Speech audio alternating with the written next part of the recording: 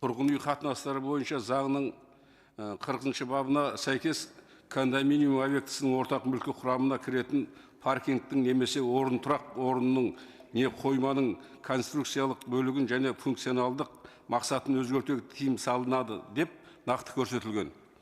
Осы заңның 2-ші бабында көп пәтерлі тұрғын үй паркингі бұл құрылыс жобасына сәйкес көп пәтерлі тұрғын үйдің арнайы айқындалған бөлігіндегі немесе көп пәтерлі тұрғын үйге жапсарлас салынған автокөлік құралдарын қоюға арналған тұрақ орындарынан тұратын тұрғын емес үй-жай деп анықталған.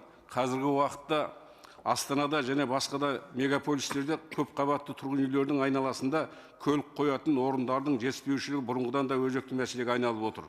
Сонымен қатар паркингтер көліктерді қоюға ғана арналғанына қарамастан меншік иелері паркингтерді толықтай қайта жөндеуден өткізіп, тұрақтардың бұдан да үлкен тапшылығын туғызуда. Осылайша олар паркингтің мақсатын өзгертіп, мысалы көлік жуу немесе техникалық қызмет көрсету станциясына айналдырып жатыр.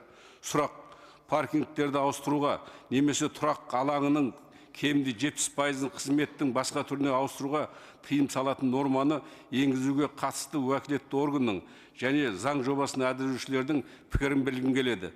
Ұстанымдарыңыз қандай? Рахмет. Өнеркәсіп және құрылыс вице-министрі, сіздің микрофоныңызды қоссын. Сұрағыңызға рахмет. Енді, как вы знаете, по реализации проектно-сметной документации, если идет в составе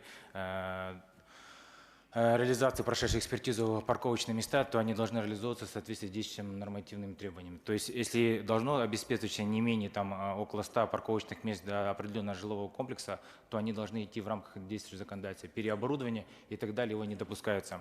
Что касательно электрозарядных станций, о которых вы говорите, да, эти нормы у нас в действующем законодательстве уже об архитектурно-строительной деятельности предусмотрены. И в рамках него есть требования, чтобы их можно было там обеспечить электрозарядными станциями необходимые технические условия.